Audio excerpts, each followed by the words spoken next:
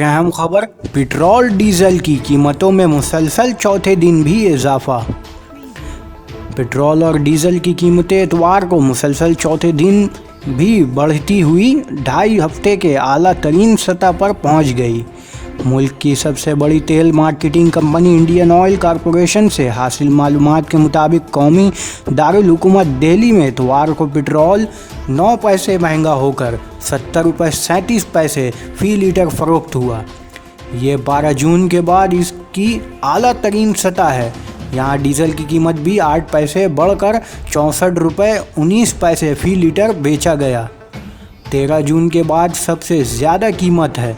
कोलकाता, मुंबई और चेन्नई में भी आज पेट्रोल 9 पैसे महंगा होकर बलतरतीब 72 रुपये 63 पैसे, 76 रुपये 7 पैसे और 73 रुपये 10 पैसे फ़ी लीटर हो गया।